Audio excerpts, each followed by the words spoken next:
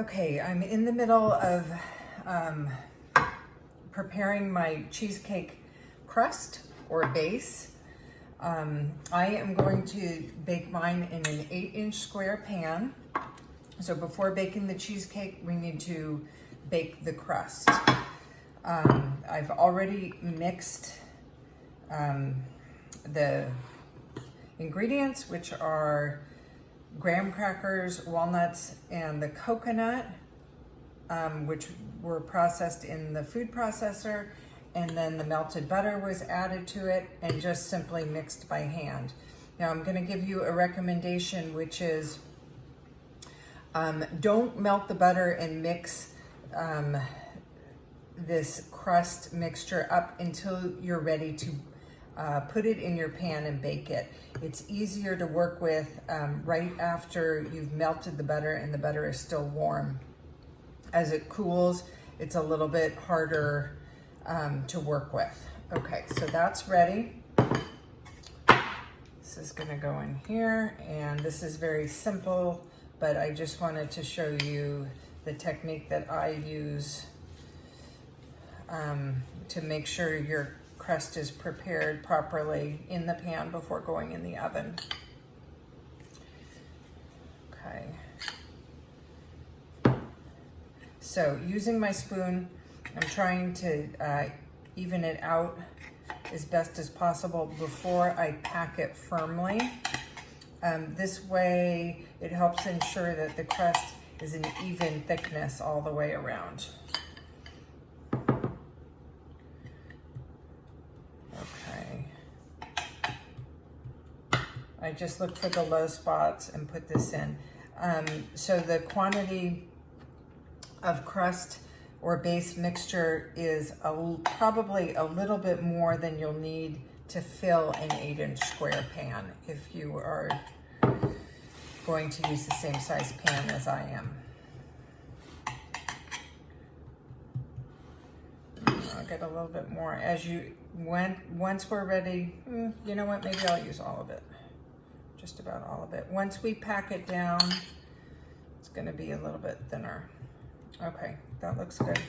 So now I have the very small offset spatula. I also have a small measuring cup that has a flat bottom. Both of those get in there nicely because you want to make sure you can get around to all the corners and on the edges. So the offset spatula works good because it gives you a straight edge. You can use this, and you'll cover a bigger area.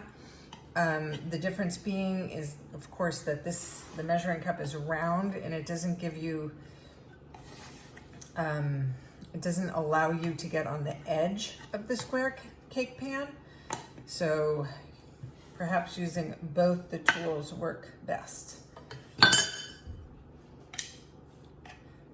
Okay, now the reason you want it packed down is then it bakes tightly and you don't have holes in your base.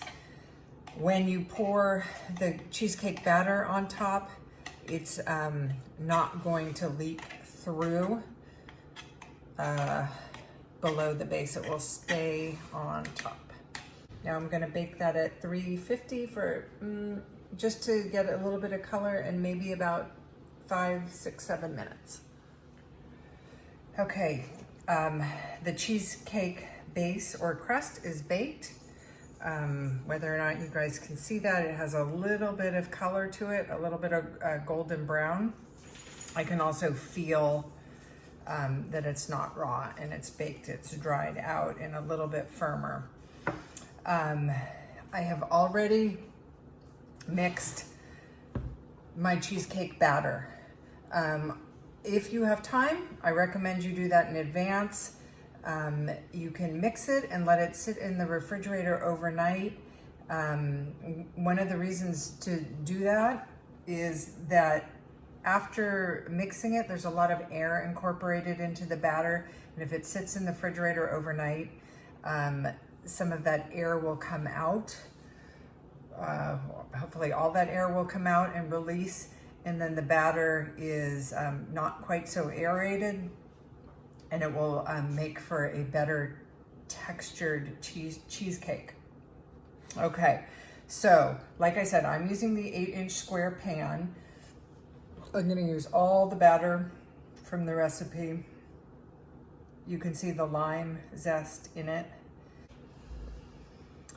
How I set it up to bake it. Okay, so I'm gonna put my cheesecake pan on a sheet pan.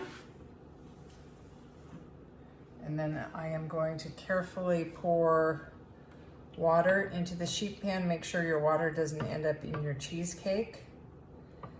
So we're gonna bake the cheesecake in a water bath. Don't pour so much water that you can't move it to the oven. If you need to, you can pour your water in the sheet pan in the oven. And then I'm also going to cover it. Okay, and now between the water bath and the covered cheesecake, this is gonna give us the most even bake. In a 325-degree oven. That's it, okay?